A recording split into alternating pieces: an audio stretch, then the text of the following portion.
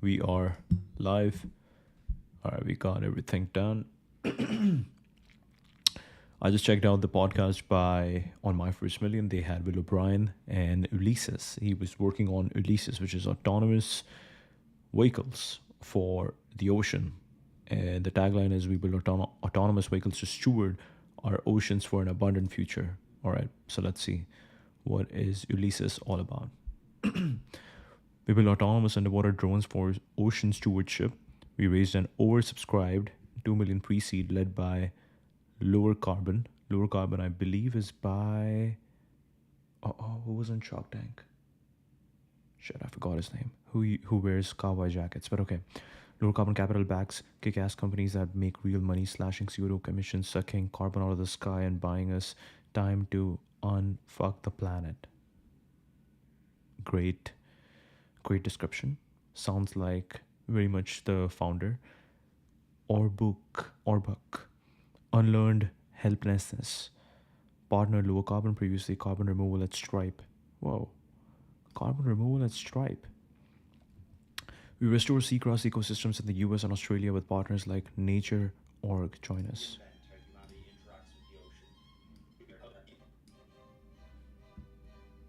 We are Ulysses. For the last 12 months, we've been building something revolutionary.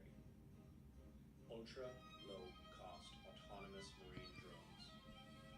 We combine these with robotics and artificial intelligence to automate the most critical tasks in our oceans. Our first mission, restoring endangered seagrass meadows at a planetary scale. Seagrass is one of nature's most effective methods of carbon capture, 35 times better than rainforests. And in just 1 year, we've gone from an idea to field testing and 5 generations of prototypes. We've started projects across the United States and Australia, including the largest seagrass restoration project in history. We've moved from Ireland to San Francisco to reinvent how humanity interacts with the ocean. And this is just the beginning. Our technology will automate a whole range of critical tasks, like collecting vital environmental data, fighting invasive species, supporting law enforcement and enhancing coastal security.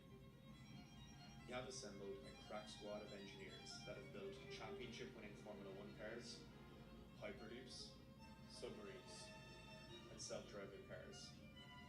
Our mission is to build technology for ocean stewardship and help usher in an age of abundance. Do you want to build the future of our oceans? Join us. We're hiring. Beautiful. It's in the Irish accent of the founder. All right, Will Ulysses. We are very grateful to Lower Carbon, also Sexy Like Meiosis. Okay. Snack. Partner Low Carbon, previous CDR. Okay. Duncan Carlson, Sean Zhu, and other investors in this round like Super Organism. Wow. Venture Capital for Biodiversity. Wow.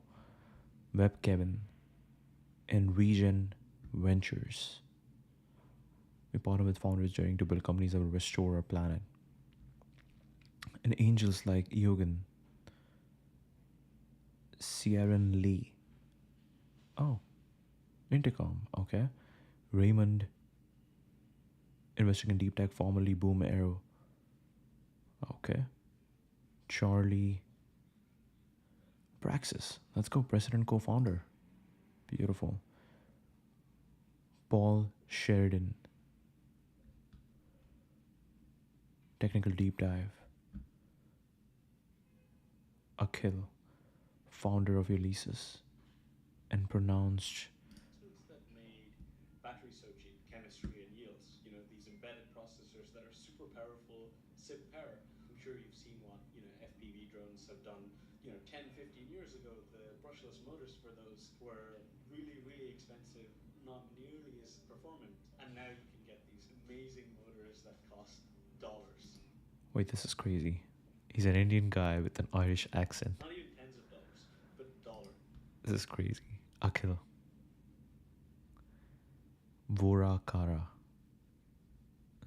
Akhil. Why do you have an Irish accent? I'm curious. But okay, anyways. I never see you at the club. I never see you in the kelp forest. Whoa, whoa, whoa.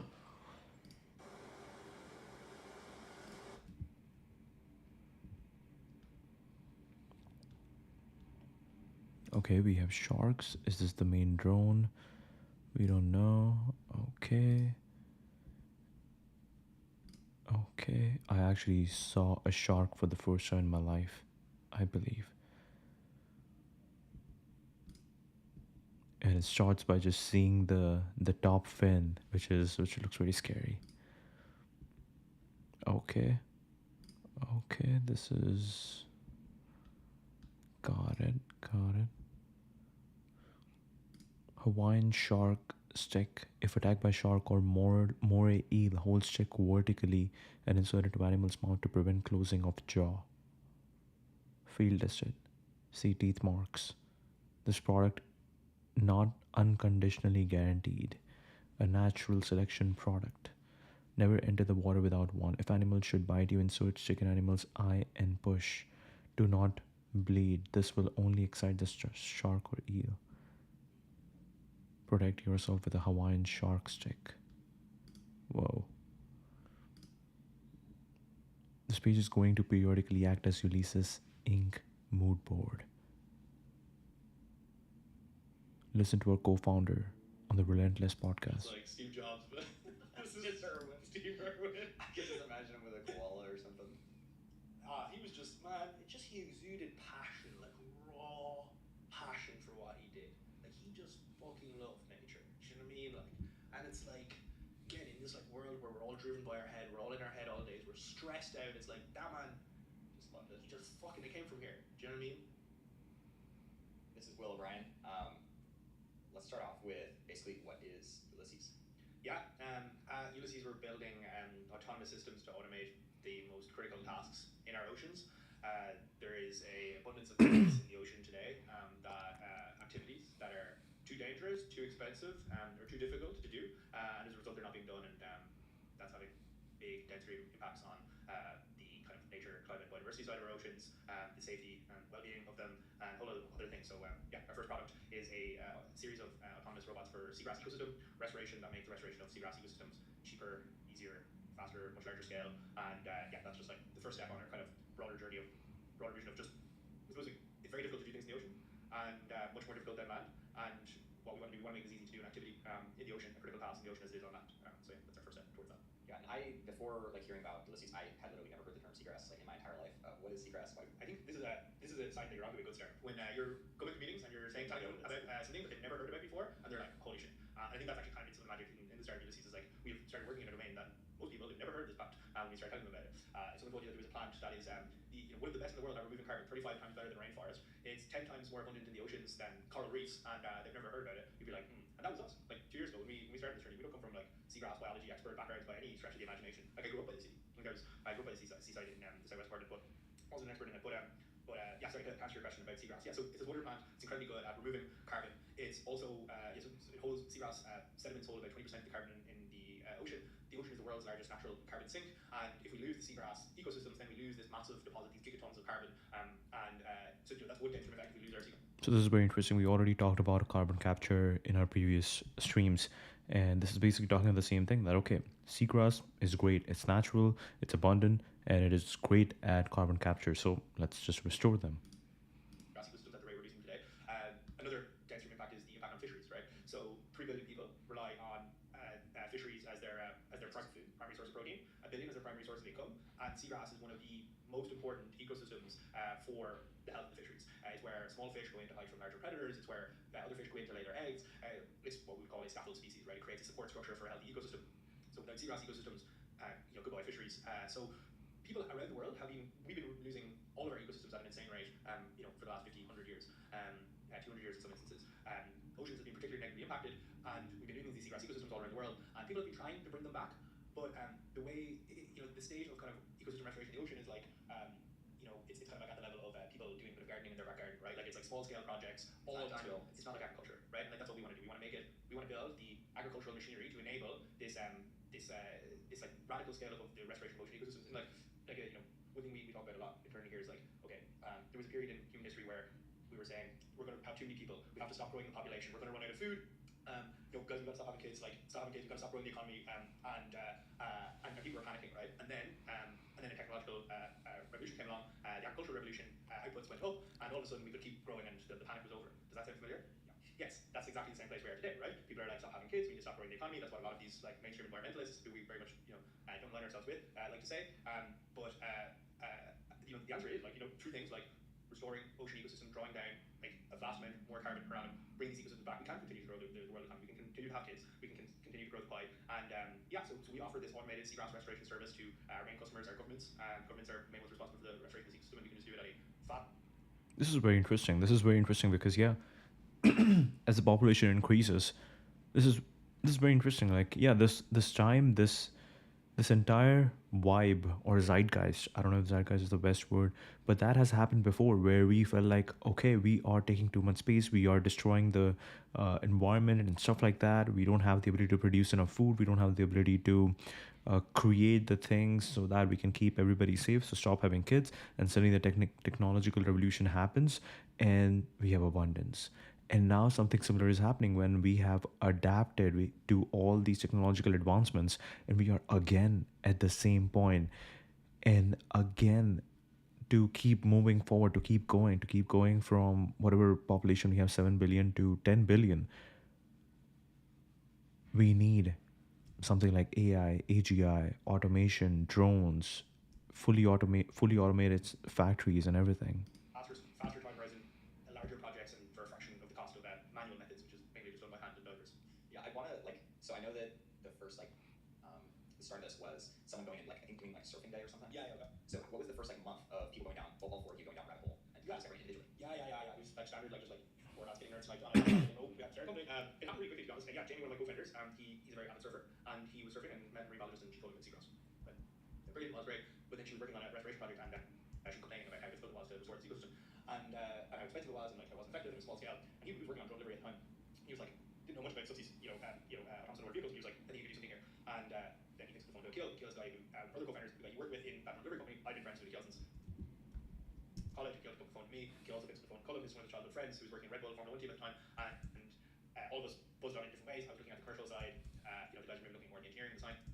And group chat made the following week. It was like, oh my god, why is nobody doing this? Why is nobody talking about this? There's companies being built to use drones to plant forests on land. Why is nobody doing this in the ocean? This seems like a no-brainer, especially when the plant is 35 times better at removing carbon, and when the restoration activity, the cost of planting it is about 10 times more expensive than planting an acre of forest, like an acre of seagrass. Seagrass ecosystem restoration is the most expensive form of ocean ecosystem restoration, more than corals, more than mangroves, more than anything. That just with current technology, and you can manual methods, yeah, all of them on manual methods. Yeah. So how does that work? So you guys are going to be using machines, but historically people just manually plant seeds. So how you plant seagrass is similar to how you plant regular grass. You take a seed, you find a place to plant it, you go plant it, or you can take a seedling from it. You can do a transplant, or you can grow it in a nursery and plant. But basically, you're taking some planting unit, you're putting it typically in an area. It's restoration, right? So to restore where what once was. So we know through maps where seagrass used to be, and we're going to those areas and reintroducing plant material and letting nature do its thing then after that. So yeah, we use seed-based restoration. So we plant follows typically an annual cycle when it's playing ball, and it'll fruit, and then we'll collect the fruits, and then we'll take the seeds out of the fruit, and we'll plant the seeds, and then we'll come back the same system a few months later and monitor it for growth. And that's how seagrass restoration happens. Yeah, I know. So you said your three other co-founders are technical guys, and you're more a business-facing person. For you, ideas guy. Yeah. What's an ideas guy for me? So what was the experience for you figuring out how to sell this and make this a commercially viable company? Yeah, interesting. I kind of had experience of doing something similar before. Before my first startup experience out of college was working as the first hire in a European scooter sharing operator, where I was just fresh out of college, done an economics and maths degree, and was tasked with selling shared e-scooter schemes to governments in Ireland, the UK, Spain, Poland. It was great. Scale team, 35 people, sold the company, 7 figures. That was it, right? That was it. Yeah. That was fun. That was good. I came in to that company in May of 2020, June 2020. The laws in the UK changed 2 weeks before. I hired 3 interns that summer, and me and 3 interns won contracts in 7 cities against Bird and Lime and all these types. And how did you guys win against those competitors? We applied.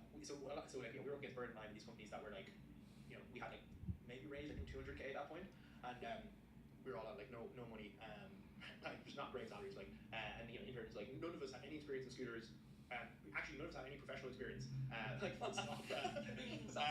And then like there's like 5 locations to begin with, but it grew to 10 locations across the UK that chose us as their operator. I think again it just went down to like understanding like what do these local areas need, what do they want, like what were the local requirements for an e-scooter scheme, and we applied to every single RFP that went up that summer. So what happened was the UK government like legalized e-scooter sharing schemes, and we were like quick to respond. You had all these big, Bird was a bloated company at this time, right? Like this 2020 Zerv, they're hiring like crazy. And they're raising like a $2 billion valuation or something. Quickest company to 1 billion, yeah. And they just weren't adapting very well to work from home, and like they weren't like, again, they were just getting bloated. And then like Ford Motor Company had a player in the race, and they were always working like 95 hours and stuff. And like whereas we were doing like 100+ hours a week working out of the founder of the company is family owned a hotel, so we're just working out of this like unused hotel, just like grinding out like application after application, RFP after RFP. Like how many do you think you submitted? I'd say we submitted about 40 that summer. I'd say there was 40 cities that went looking for e-scooter schemes, and we landed like 7, and we became like a top 5 player in the UK, and like off nothing. And then we raised another round off the back of that. But so I had like that was a really good experience in just like graft, hard work, like building something, yeah, and just like selling to government, and something that's new. However, there was kind of a template there because Burden and I had done it before. Whereas, like as you said, you've never heard of Seagraft before. So when we came to this party, like that was 2 years ago. We started thinking about it. Like 18 months ago, we started working on it, and then did a fundraising round like about November, October 2023. This is a cool one, but we want to focus on more of this. Okay. For maritime operation. Say that like we're stupid. Just pretend that we're stupid. Yeah. I know it's hard to believe, but just the ocean. Who do you admire, Will? Who do you want to be like? Steve Irwin, probably. Dude, motherfucker, I was gonna say this earlier on. I go, you are Steve Irwin. I do. You got Steve vibes, hardcore, man. You got a khaki shorts on right now? Not right now, but we have a picture of him up on the wall here. You scream Steve Irwin. You have Steve Irwin vibes through and through. Yeah. No, he's I'm hopeful I can get the Irwin family on the Ulysses train at some point. We gotta holler at Bindi Irwin. That would be great. Robert as well. I love those guys. Yeah, Robert as well. Look, Steve, I think is like, and it's so funny. People say Steve on a podcast, and in the tech, it's like Steve Jobs. It's like for me, it's like Steve. You should have just said Steve at the beginning, and then let us fall into your trap. Dude, Sean, there's this famous video. I know you've seen this, Will. There's this famous video of it's Steve Irwin and his wife. What's her name? I forget her name. And anyway, there's an interviewer who asked Steve, like, you don't seem like you care. Sam. Just look what's on the screen. Just look what's on the screen. Oh, there it is. Thank you. I was pulling it up because I love that clip. With you, brother. I love this clip. I love this clip. Play it. What good's a fast car, flash house, and a golf? Oh, there it is. Thank you. I was pulling it up because I love that clip. With you, brother. I love this clip. I love this clip. Play it. What good is a fast car, flash house, and a gold-plated dunny to me? Absolutely no good at all. I've been put on this planet to protect wildlife and wilderness areas, which in essence is going to help humanity. I want to have the purest oceans. I want to be able to drink water straight out of that creek. I want to stop the ozone layer. I want to save the world. And money's great. I can't get enough money. And you know what I'm going to do with it? I'm going to buy wilderness areas with it. Every single cent I get goes straight into conservation. And guess what, Charles? I don't give a rip whose money it is, mate. I'll use it. I'll spend it on buying land. This is how... The reporter asked him about his personal fortune, and this was his answer. One of Steve Irwin's last interviews before he died while filming a documentary in 2006. I don't give a rip. Mate, I can't get enough money. And you know what I'm going to do with it? I'm going to buy wilderness areas with it. Every single cent I get goes straight into conservation. And guess what, Charles? I don't give a rip whose money it is, mate. I'll use it. I'll spend it on buying land. This is how every man should be, by the way. Like, you're passionate about something that's good for others, and like his wife's just like eyeing him. And that's one of my favorite clips of all time. Yeah, it's and so I think the traits in him that I admire are just like raw passion. It's like this like unbridled passion. It's like this like nonsensical passion. It's like, you think I'm gonna have a conversation without a microphone? No, I'm gonna put a microphone there. I'm gonna record a podcast. I'm gonna record a podcast every day, and I don't give a rip who's listening. Because you know what? I'm a podcaster, and I'm gonna podcast my ass off. It's a whole lot more lame when you're not talking about like saving the earth. You know what I mean? Yeah, like I tried. Like when we're talking about like conversion rate optimization or B2B. Dude, in fact, Will, we had my generation and the generation before me. We what do they say? Hard times create, or no, like we need hard men to create soft times. That's what I did for you. we went and did the B2B software stuff, so you guys could do this fun, amazing stuff. So really, you're welcome. Thank you. Can we do just a quick happy hour of 2 topics that you had on this list that, Sam, if you got it wrong, whatever, feel free, but I just got to ask you about these. So, I want to do the fun one and then the spiritual one. The fun one is conspiracy theories. You're a big you're a fan of conspiracy theory. Path. Yeah. My last question was the spiritual one. You said you lived with Buddhist monks in Nepal and for a summer. You learned a lot, and one thing I liked, you said, I couldn't come around to their view, which states that 0 desires leads to enlightenment. The thing I liked, you said, I couldn't come around to their view, which states that 0 desires leads to enlightenment. And then you said, like, you wanted to be action oriented and do something with your life rather than sit and sort of renounce everything. And then you said something like, I came to explain my 5 desires or 6 desires. Can you just give me the quick story on your summer with the monks and then what you landed at? Yeah.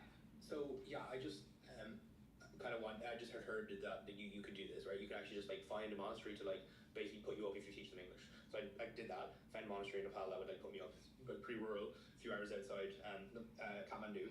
Went there, flew there. Taught myself to teach English before. I came over, was teaching them English, and then like in the downtime was like able to speak to some of the older monks who had like good English and like ask them about their ideology because there's just 5 monks with like a thick Irish accent speaking English out there. They're like, yeah, I learned from an expert. Wild actual segue. I was out running in the middle of Nepal one day, and I bumped into a dude who was wearing a Galway Bay 5K t-shirt, and I was like, sorry, now you might have like no English, but I was like, where did you get this like t-shirt? Like, this is like, we're near where I'm from, and he was like, had like kind of like an Irish accent. He's like, oh well, I actually work with an Irish guy, and he has like an orphanage and like a charity out here. And I was like, oh wait, like what's this like Irish guy's name? The Irish guy he named was like the one Irish guy that my neighbor, who's like my mum's friend. My mum's friend was like, my mum was worried about me going to Nepal. She's like, well, you need to have a contact in Nepal when you go there. I was like, and it's my neighbor knew a guy who was in Nepal who got a charity out there. Anyway, like this random guy I met in this like tiny village worked with him. So this is like, there's like Irish people everywhere. Everyone just talking like kind of like all these monks are like. I boxed him. They're like, you'll do nothing. I boxed the bully stuff him. Yeah. I boxed him. They're like, you'll do nothing. I boxed the bully stuff him. Yeah. You'll do nothing. Literally, there's Irish people everywhere. We have people everywhere. That's like the kind of moral. Is that what the monks are saying? We didn't come to take part. We came to take over. Are saying we didn't come to take part. We came to take over. All right. So sorry. So you go there and you're. Continue. Yeah, I'm curious about the religion. I'm asking questions about it.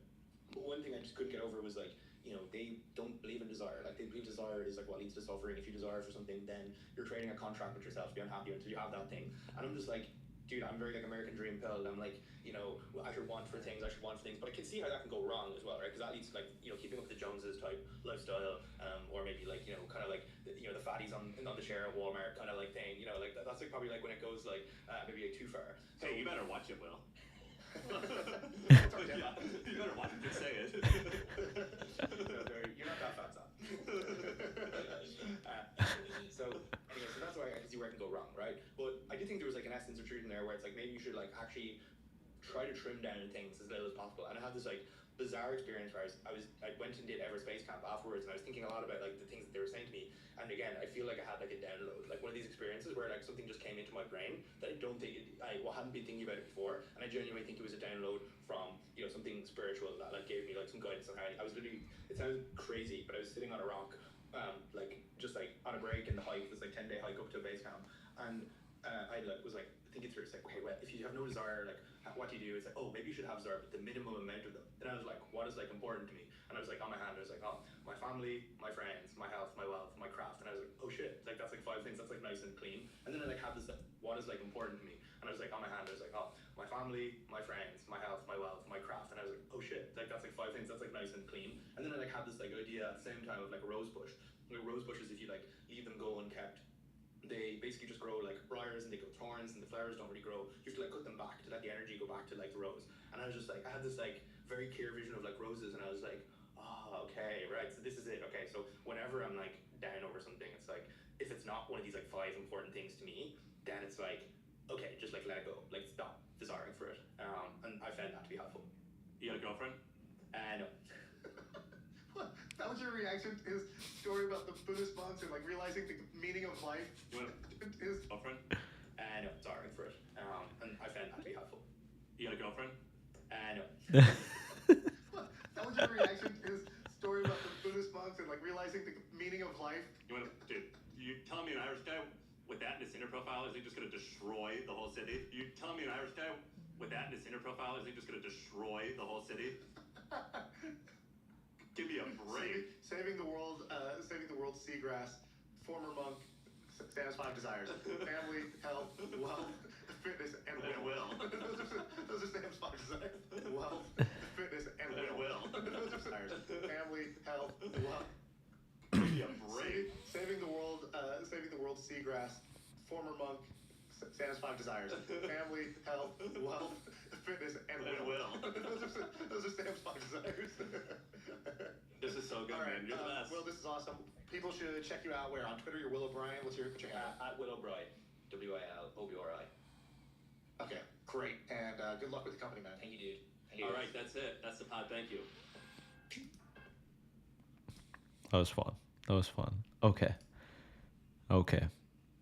The ocean is Earth's lost frontier, and Ulysses Eco-Eng is seizing the opportunity. I spoke with founder Will O'Brien to unpack the rapid growth, breakthrough tech, and the massive potential in ocean innovation. What they do: builds and deploys autonomous underwater drones to restore seagrass in our oceans. The technology makes large-scale ecosystem restoration viable for the first time. Key highlights: 0 to 1 million in revenue in 12 months. Raised 2 million pre-seed with from low carbon and superorganism to next cheaper restoration than incumbents. Why it's interesting: has built autonomous ocean drones that restore marine ecosystems without boats or large teams, slashing costs by 10x. Meanwhile, new policies like the EU's nature restoration law are driving immense demand for large-scale ecosystem restoration. Ulysses is poised to lead this rapidly growing market. Okay, really cool. Let's look at the website now. Work with us. Stewarding the ocean. Transforming ocean ecosystem restoration with fully autonomous, low-cost marine robots. Our first focus is seagrass, vital habitat for biodiversity, fisheries, and coastal resilience. By drastically cutting costs and enabling large-scale projects, we empower our partners to achieve faster, broader seagrass recovery than ever before, and that's just the beginning. Join us in shaping the next era of ocean stewardship. Lab-grown seafood, a new era for tech, guys. Actually, I don't know why. I think they talked about some pretty cool stuff over here. Have you seen this guy, Augustus, the founder of Rainmaker? Incredible mullet. Yeah, Oh my dude, God. so there's this whole cohort of people, of which Will appears to be one of the, class presidents, where there's this, they're very strange. They don't fit this stereotype when you think of a tech entrepreneur. They're, kind of manly men, or they're not like this engineer, typical thing that you and I grew up with, Sean. There's something about them that is different, and I can't tell if you guys are going to take over the world and be billionaires, or if you're going to go broke, but it's only going to be one of the two. Do you understand, Sean, this new genre that I'm trying to describe? I don't know exactly what I'm saying. Will, maybe you can put words to it, but there's this new breed that Austin and San Francisco had a baby. You get the stash and the mullet of Austin, and then you get the insane ambition and tech chops of Silicon Valley. That's what's happening. For example, this guy Augustus, I think his name is, he's on the cover, I think, of Forbes or something, and he's sitting on a bench press, like a working out. That is not something that Ryan Chesky or Travis Kalanick would have done in 2012. I think it's emblematic of kind of the evolution of the technology industry, though. I think we began as this kind of hippies that found computers, with people like Steve Jobs who were actualizing on the axis of the spiritual realm, and then it was you had people like Bill Gates and Zuckerberg who were just nerds actualizing on the sense of mind. They were smart and nerdy, and now you have people who are openly flexing on we're actualizing on the sense of the body, right? We're becoming strong, and you have this full integration of mind, body, spirit, and it's no wonder that this tech becoming fully actualized on all of the axis that a human needs to develop on is happening at the exact same time where you have Elon, who is chief tech bro in the fucking White House, right? These things, it's no coincidence to me. It's tech has found its voice, it's found itself, it's self-confident, and it's ready to actually change the world now, because it's spiritually aligned, it's mentally we're smart, and we're now a strong group of people as well who are taking health and fitness seriously, and it's yes, this is why I think we're at the most interesting time in technology right now. I like that. Poetic. Last night I watched a clip of the final scene of Ratatouille. You seen that, Sam? No. Great movie. And the final scene of Ratatouille is the critic who's the most fearsome critic in all of the town, writes the review about the restaurant where the rat has been cooking, and he just gives this beautiful monologue. Maybe the most beautiful 4 minutes in all of film is the last 4 minutes of Ratatouille here, the monologue. Will, I think you're up there with the last 4 minutes of Ratatouille there, with your mind, body, and spirit analogy for tech. I think that's kind of amazing. I've actually heard that before with just the technology part of it. So it's you had the initial, the bicycle for the mind. So you had Steve Jobs talking about how computers will enable creativity. And then you had, sort of AI. It's we gave computers a brain, and now they can think for themselves. And then with robotics and self-driving cars, it's we gave the computers a body so they can move around and pick up things and do things. And I like how you You extended that to you know the entrepreneurial will as Like look at Bezos and Zuckerberg, they're getting jacked, like they're doing TRT, they're like this is like I think that's problematic of like the spirit is in technology now. It's like you have the you know, one of my favorite podcasts besides yours, you know, the Tech Bros, you know, and like what Jordy and John are doing there. It's like they're you know, the technology brothers, they're like leaning into the fact that they're like tech bros. That used to be a slur, right? Now it's like, oh, I'm confident in it. I'm owning it. And they're like doing these like hilarious promo videos of them like sipping Dom Perignon. Like it's like there's like a confidence and an air of like, okay, let's do it now. You know, we're not gonna be like at like the events and functions anymore, kind of lying about. You're not neutered. Dude, listen to this. Yourself. I got an email from this guy named Jamie at the Wall Street Journal. So Jamie is a reporter for Wall Street Journal's style team, and he listened to this. He goes, "I'm writing a story about tech guys embracing Western wear, it's basically cowboy clothes, in the past recent years. And I want to write about how the tech bro uniform has changed from quarter zips and Allbirds to denim shirts, cowboy boots." And like when I saw this and he said tech bro, I was like, dude, that's amazing. I don't think I can, like this is not going to be. Life win that he thinks you're the expert to go to, right? Yeah, life win. But I was like, I'm not exactly in tech, but that's amazing that you think that I am a fashion influencer officially. No. Reply. Mission accomplished. Yeah. Dude, that's amazing. And you're right. Like, dude, is there any difference? You know, the first time you saw Zuck doing MMA, do you remember when that video came out? Is there any difference between that video and the first time you saw like a Boston Robotics or Boston Dynamics like robot dog getting kicked in, like jumping around and like doing backflips and shit? Like, there's no difference between the two videos. Yeah, it's the same it's one of those days that everyone remembers where they were when they saw it. It's like, wow, I didn't know the robots could do that. That's how I felt watching Zuck. That's how I felt watching the Boston Dynamics robot. Well, one of the last questions. Can I invest? Yeah. Yeah, great. Okay, go on. Because I think this is awesome. You guys are insane, man. This energy is so wild. I'm not convinced that it's going to end okay, so on one hand, it goes both ways. So on one hand, there's the hubris where, you know, you're like in the case of Anduril, you're Boeing or you're one of these huge companies and you're like, you know, Parker or Palmer, you know nothing. You know, just go back to. That would be better if they called him Parker. Sorry. Little Parker. Listen, Parker. They would be like, Palmer, you know nothing. You know, you go back to making Facebook apps, you know, and like probably 8 out of 10 times that idea is right, where like there's an incumbent and like they fail because it's really hard and there's centuries of hard work to go against the competition. And so that's the same with you, I would have to imagine, where you have these young, really smart people who have no experience. And is this the 10% of the time where you guys are just going to take over the world? Or is this another time where someone's going to be like, look, this is exactly what you told you. It does not work. All right, listen, that guy John, the guy who said, give me half a tanker of iron and I will give you an ice age. Here's what I say. Give me 100 mullets and I'll give you a 10x portfolio. I just need winter. Exactly what you told you. It does not work. All right, listen, that guy John, the guy who said, give me half a tanker of iron and I will give you an ice age. Here's what I say. Give me 100 mullets, and I'll give you a 10x portfolio. I just need Will, I need Augustus, I need Palmer with a mullet, right? 3 mullets. I need 97 more mullets, and I'll give you a 10x return. Okay, give me the fund. I'll find the mullet for you. You find the mullets. Like I don't know enough to know if this is achievable or not. Oh, I definitely understand that feeling. Yeah, for sure. I'm not qualified to judge the feasibility of something, but I think in general, it's not about any. You know, if anybody who's doing a startup like this thinks it's a sure thing or a sure bet, they're nuts, right? Like you're gonna have to perform a miracle, right? And that's okay. The important thing is, oh wow, we took a portion of our brain power that was otherwise going to be building X or working at Y company, you know, working at Facebook optimizing, you know, ad clicks, or starting a company that was going to be doing, you know, BPHR or whatever software. And instead, now we peeled off a portion of that talent, and now we sent, you know, 100 mullets at these problems. And I think that's the winning strategy, is 100 or 1,000 shots on goal like this, and then the winners will obviously emerge. Well, I can assure you what we're doing is very real. We wouldn't have $1 million in our bank account. Without it, we wouldn't have done all the things we've done in the last 5 months. If you want to come here to San Francisco and see some real robots in ocean, and the door is always open, Sam. Same for you, Shem. I gotta ask you 2 quick questions. Number 1, seagrass seems so random. And if you started this company, you might have thought, oh, I'll do drones like for warfare. How did you arrive at the seagrass thing? Was it instant? Was that the initial idea, or did you do some discovery to figure it out? It was the initial idea. I came to one of my co-founders. He was on a surf trip, and he kind of the same one who went into the cave and designed our AUV went heard about seagrass and went into a cave and like went deep on seagrass and came back to us and presented like this is a very interesting space. We kind of he heard about seagrass on a surf trip from who? A marine biologist friend of his who was working on a guy out in the wave. Yeah. Dude, this co-founder is absolutely tearing the company. Yeah. This guy who built the tech and figured out the go-to-market. Yeah, he's the he found the kind of, he was the one who brought seagrass to us, and then myself and my other co-founders kind of put it together and like this is what the business probably should look like. But then we kind of went out from there into other areas, and like, you know, like I think any brilliant company finds a local monopoly to build it first, somewhere where there's nobody else doing stuff with technology, where it's a great sign, but nobody's ever heard of what you're even doing initially, and it's a pretty big market. You can bring cash into your business as like a lifeblood, and so it's been a great place for us to start. It's like the best place for us to start. Nobody's ever heard of it, so I think that's always a good place to start off on. And then yes, we're going to use that as a kind of launching point to do other interesting things in the ocean. Who do you admire, Will? Who do you? Okay, this is. fall into your... It's Steve Irwin and his like. What's on my screen? You don't. I forget her name. And anyway, there's an interviewer who asked Steve, like, you know, you don't seem like you care. Sam.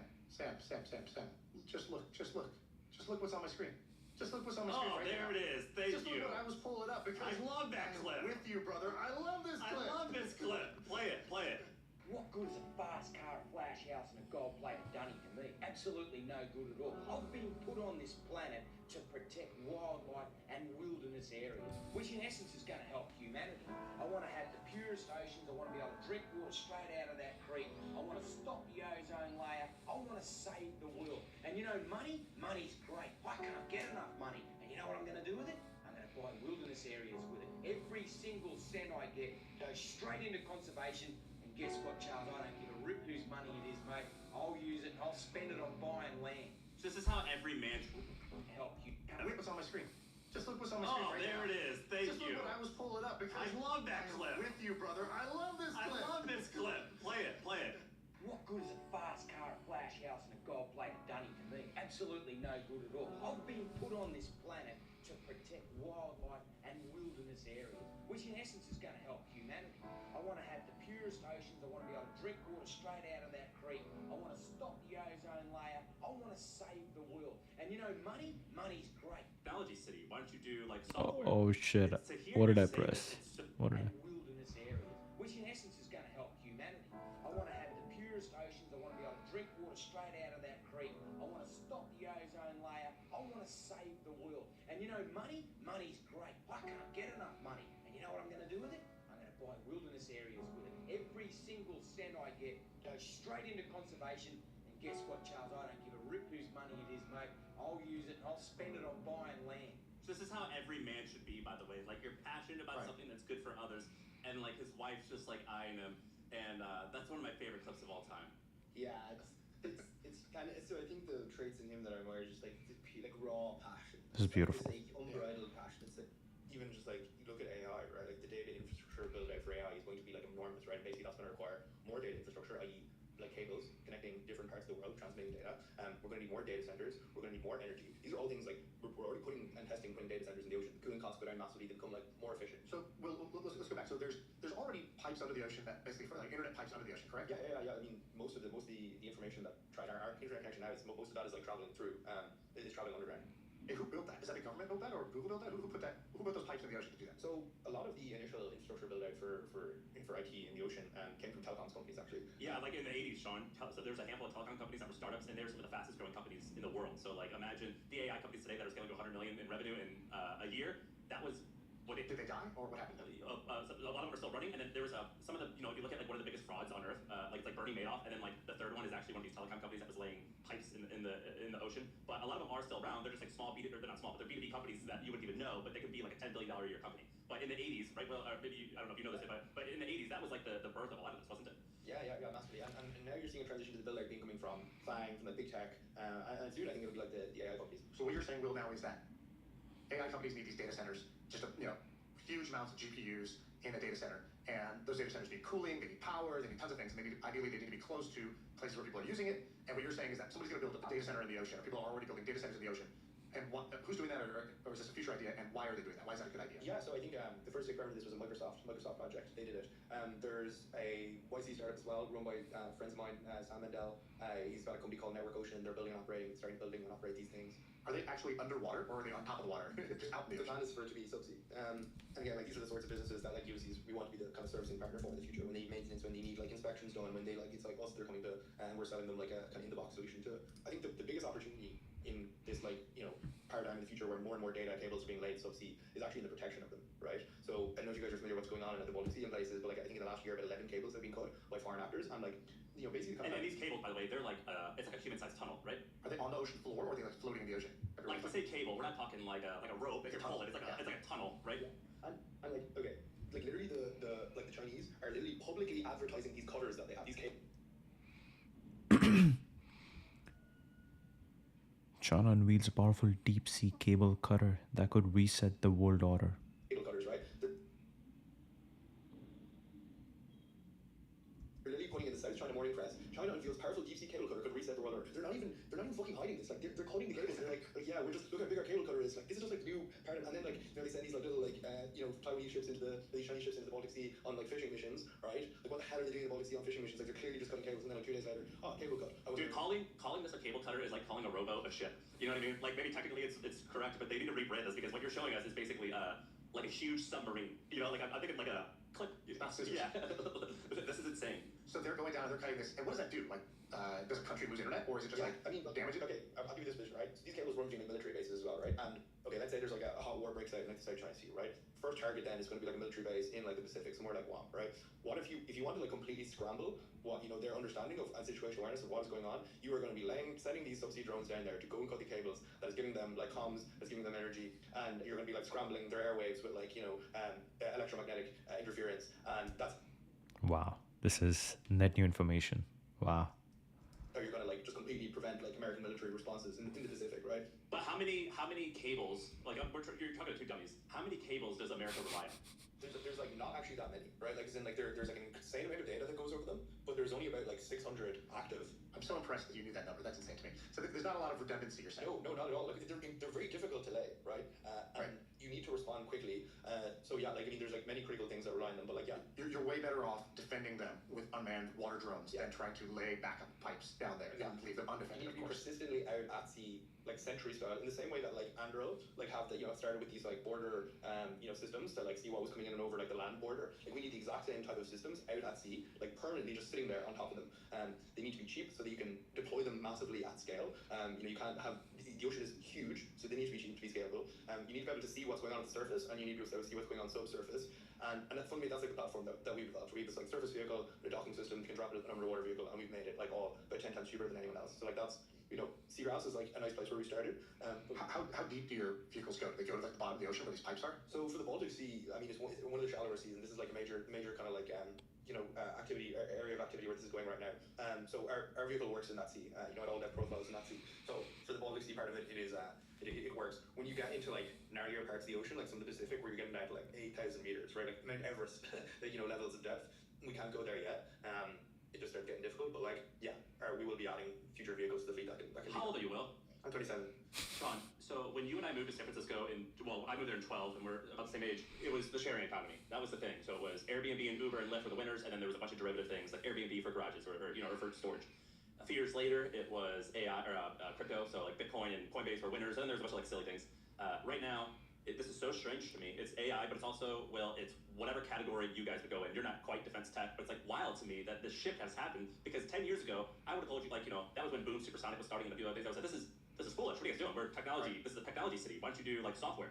To hear you say this, it's so foreign to me. It's also so interesting. Like for me, it's like a no-brainer. I mean, like the low-hanging fruit of software has been eaten, right? You guys, it's like we ate it. It's like how many more CRMs are there? Yeah, exactly. The boomers got cheaper to say you guys got like B2B SaaS, right? Like and now it's like on us to do like something where like the next frontier is just like fucking get hardware. And then like also it's like a no-brainer. You look at like the top 10 most valuable companies in the world right now. Like 7 out of 10 of them have like a hardware, like an extreme like hardware component, right? Like the biggest companies being built today are hardware companies. And also in a world where you can just like vibe code overnight, like a CRM or a Salesforce, or maybe not Salesforce, but like a Calendly competitor. It's like, okay, well, is there really a mode in like these sorts of things anymore? It's like, you're right. You're absolutely right. And I think it's so fascinating because so when Sean and I lived in San Francisco, if someone who looked like you, so you're wearing a Ford Bronco shirt, I bet you're wearing cowboy boots, and you got a little bit of swag to you, and if you were to talk about what you're talking about, it would be like, you're so out of touch. You're out of touch for the YC group of out of touch people. Like it's just so interesting to me, and I think it's great. So there's I did a podcast with James Career, and he has this thing about technology windows. Sam, did you ever see this part? No. About technology windows. So he basically says, all right, there's a reason. There's almost like a scientific reason why what you just described happens. And so he basically says like when a wave of startups comes out, it's because of a technology change. So for example, an inflection. So when you're right, when we first moved to San Francisco, I moved in 2012, and the mobile window was open, and that's when Instagram, Uber, Snapchat, like a bunch of companies got built that relied on you having a computer with you at all times, that had internet connection, that had an accelerometer, that had a map, GPS feature in it, and then all these companies could get built. But that window opens for a fixed amount of time, and basically, like you said, the low-hanging fruit all gets eaten.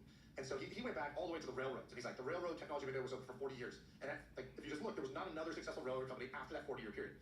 And because all the opportunities basically got eaten, automobiles was 25 years. And so in a 25-year window, you got Buick, Dodge, Ford, Cadillac, GM, Chevrolet, Lincoln, Chrysler, all of it within a very short window. And then you had nothing for another about 80 years. And then the window reopened because of battery technology, and you got Tesla and Rivian. And so that was a new technology window around automobiles because the tech had changed again around batteries. And so he was basically saying like B2B SaaS has had a 20-year window, and now AI software, AI is starting in 2016, and that's like the current window that we're in. And I would say, what Will is doing and what a lot of smart entrepreneurs are doing right now is they're in the technology window of AI, robotics, and 3D printing. And basically those three technologies have opened up the door to build new things that couldn't have been built 10, 15, 20 years ago. So this is what a technology window looks like. Just check this out. If you're on audio, you have to get to see this, but I'm sharing my screen here. So it basically says like step one, the technology is invented, and only the hobbyists are playing with it out of interest and creativity, right? And then two is the status moment. One of the hobbyists achieves status and wealth using the tech. So, for example, so this is like, Mark Andreessen on the cover of Time barefoot because the hobbyist internet guy became rich by building, the browser.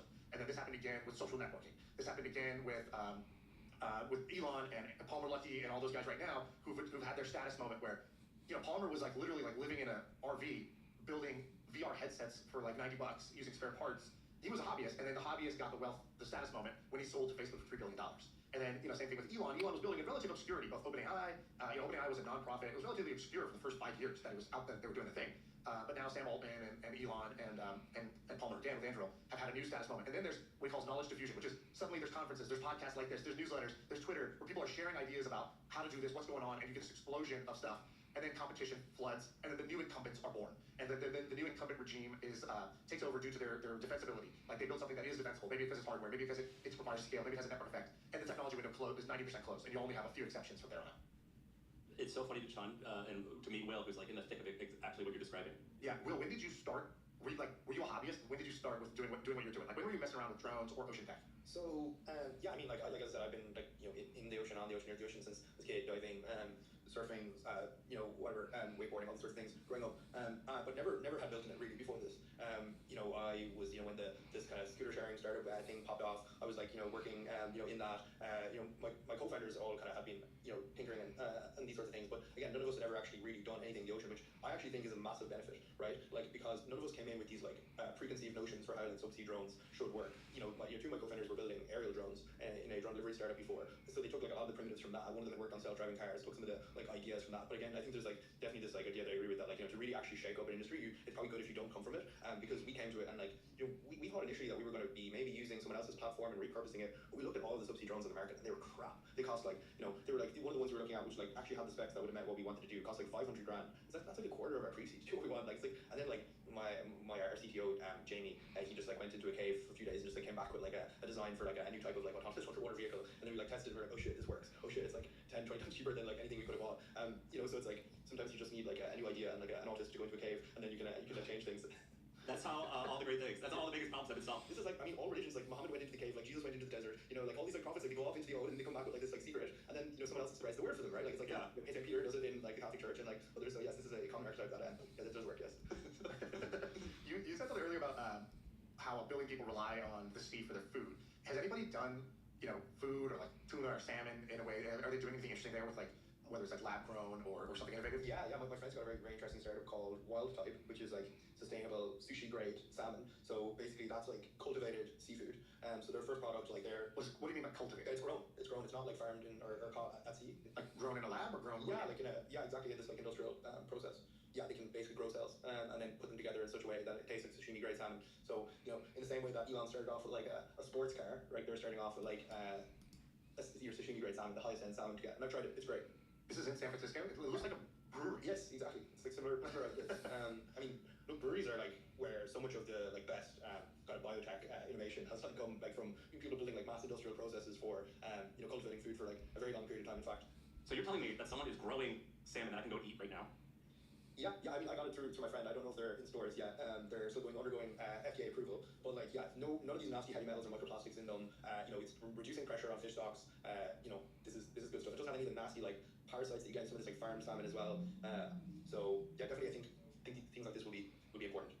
Holy shit! That's crazy to me. This is crazy. Is it like the lab grown meats where it's like $10,000 an ounce? It's like you either have the cheap thing like Beyond Meat or Impossible Foods, but it doesn't taste great or it's not good for you. It's made with a bunch of chemicals, or you have the real thing, but it's super expensive and so nobody can afford it. Well, I think given that like my friend shared it with me that it's not that expensive, but it's you're not that good. No, exactly. Yeah, are you? I think this stuff is like sooner than we think. It's around the corner. Wow, these guys did a $100 million Series B in 2022. That's pretty crazy. What else is cool? Will, tell me everything. What the guys like you are into? Like some more ocean shit. Some crazy ones. Yes. Yeah. Okay. All right. This one is wild, right? Buckle up. Okay. Ocean treasure hunting, right? So there is actually hundreds of wrecks out there in the ocean today that potentially have like more than $1 billion on them, right? Like gold bullions that like the Spanish were bringing back from their conquests, and then they got hit by a storm, or these sorts of things, right? And there's like probably thousands that have like millions of dollars of funds in them, right? So governments, the source governments, so like the Spaniards and the Portuguese, still have claim on these things. However, there is precedent in history for you to do these kind of like profit sharing agreements, right? It's like if we find that and we restore it, we give you back all your artifacts, we give you back everything, but we sell some of them, can we keep some? So you can do this, right? It's like these models where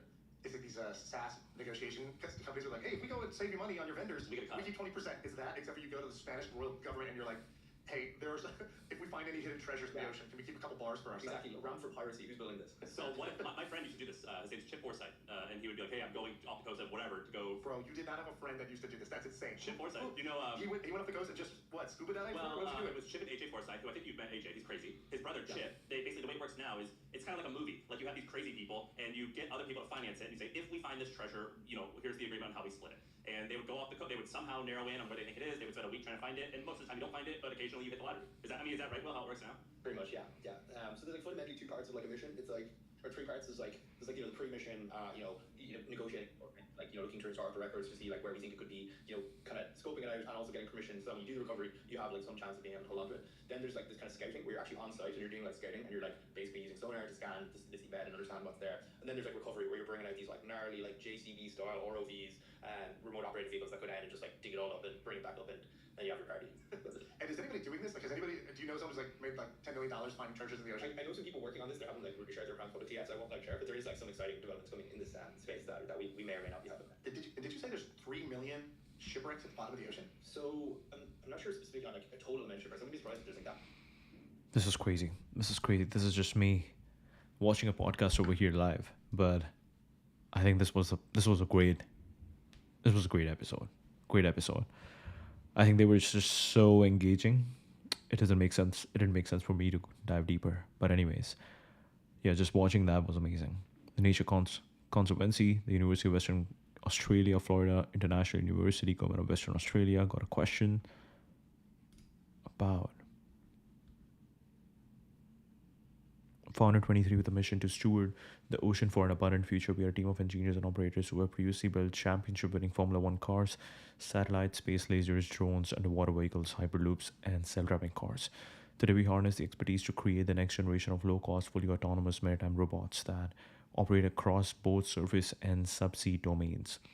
Our first focus, seagrass restoration, has already demonstrated how this technology can accelerate planetary rewilding, and that's just the beginning. By pioneering a new paradigm for ocean operations, we aim to tackle pressing challenges in climate resilience, global infrastructure build-out, maritime security, and more.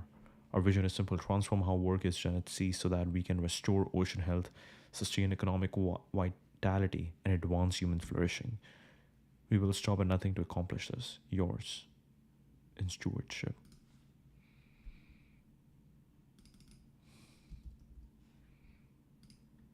Willow Bree. Building drones to keep our oceans healthy. Many people are saying this. In France, it's not uncommon to have your family name painted on your home, and I think that's cool. Pride in the family name, underrated.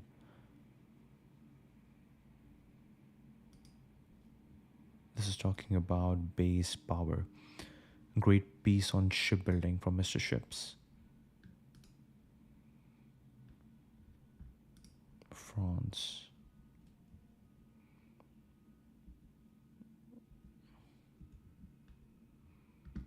True dat, bro. Consciousness isn't local. Played to us, and that's how we experience things. That consciousness isn't local to the brain. Like we like to think that like our brain is this kind of like DVD player, where like consciousness is playing and it's like being played to us, and that's how we experience things. I think we're more like, I always kind of thought, and for different reasons, that we're more like a radio antenna. You have these stories of people like their son dies in an accident and they just know something's wrong, right? They just like know, right? Like there's like these, every family has these stories of like death or like something bad happened, and they just like knew. They woke up in the middle of the night and they're like, I couldn't sleep then after that, and they wake up the next day, they hear about this awful accident or something like that. Or you have like this like knowingness and these other things like just like telepathy and stuff like that. And there's like this world of parapsychology, which is like the study of these kind of psi phenomena. There's like actually very reproducible experiments in it, like the Gansfeld experiment, which, if you allow me to go on this like very short rabbit hole, but like the most reproducible experiment in this field is basically you take two people, you put them in like two separate rooms, These could be twins, these could be a husband, wife, they could be two artists, they could be two people who don't know each other, different settings. And basically, you give me a picture, and and you're the receiver then in another room. And I'm in one room, and I'm talking about this random picture I've been given. Let's say it's 1 in 4 different pictures. I get a picture of an elephant. For 5 minutes, I talk about elephants. I saturate my brain with Africa and wild animals in savannah.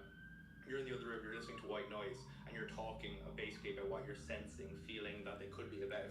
And then at the end of the 5 minutes, I stop, and you get replayed what you were saying to yourself for 5 minutes, and you get the 4 random images, and you get to pick one of the 4. And then you would assume, if complete chance, you have 25% chance of getting it right, but pretty consistently you get like 30% or above in this like experiment. And then when there's like twins, husband and wives, or artists, they actually score like more consistently 35, in some instances like 70% in some of these experiments. And so I've always kind of been like primed to think that like actually maybe we're more like we're touching into something, and like that explains a lot of the spiritual and woo-woo stuff. And then I see this, and there's like very good experimental evidence and really well done, and I'm like, okay, no, that's 100% legit. Like our brain is not like this like AI chip that like runs and just like tells us what to do. It's like an AI chip, but it's like it also has a radio antenna that can connect to other people, to maybe connect to God, spirits, other things we don't really know.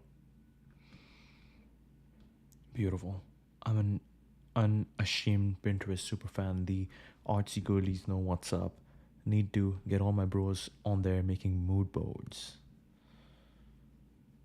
I had a lot of fun on the My First Minute podcast with my friends. We discussed why the ocean is our next great frontier, what Ulysses does, hunting for treasure, maritime warfare, my experience living with Buddhist monks, and conspiracy theories.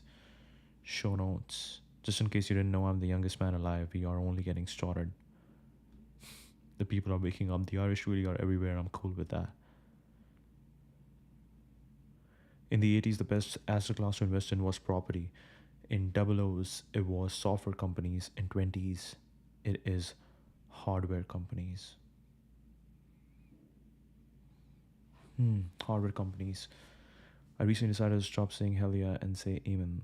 Words are powerful, and psychically invoking hell on a day-to-day basis is probably not good. The ocean is the Earth's last great frontier. Frontiers are important because they unlock frontier spirit. Frontier spirit is important because it motivates great work. Great work creates golden ages. Golden ages advance human flourishing. Human flourishing is a man's peak state. Whoa.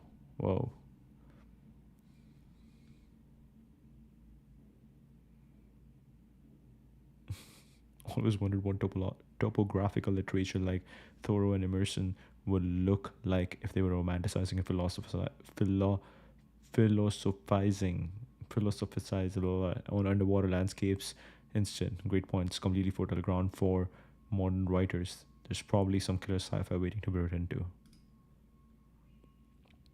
You can make an omelette without running a few red lights. The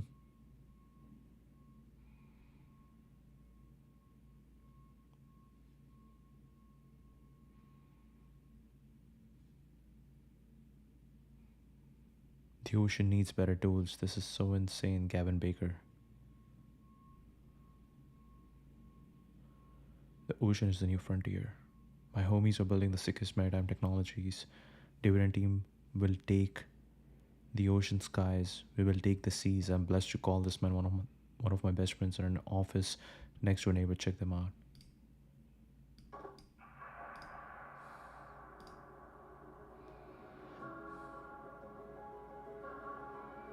Poseidon.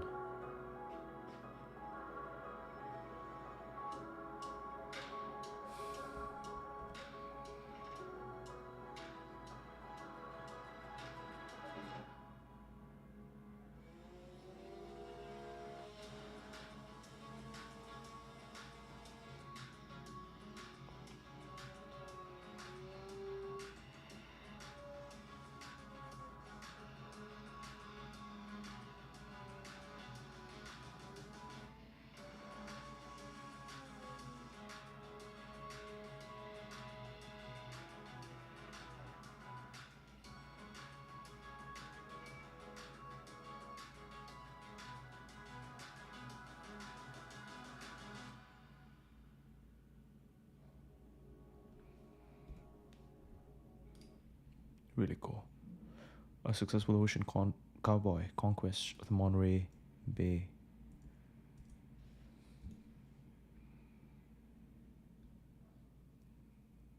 When Irishmen move to California and discover suntanning, steroids, and crime, they become apex physical specimens and evil max political rulers. This needs to be studied.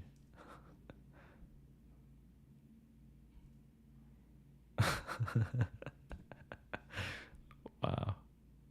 Okay.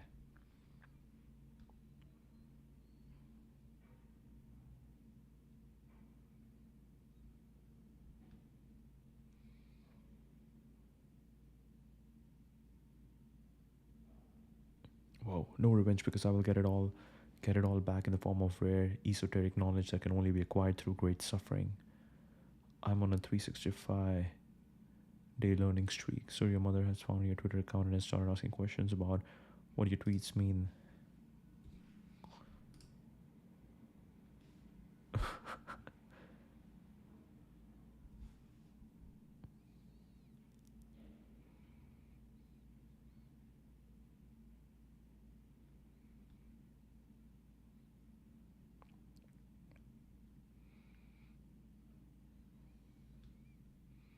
Important discussion. Ulysses is the Ocean Cowboy Corporation. Okay, that's the stream. This was fun. This was fun. Like, we were totally engaged into this conversation on specifically the podcast My First Million because it was really engaging. These were like guys having fun and talking about ocean. Ocean is the new economy. Ocean is the new space. And that was beautiful. All right.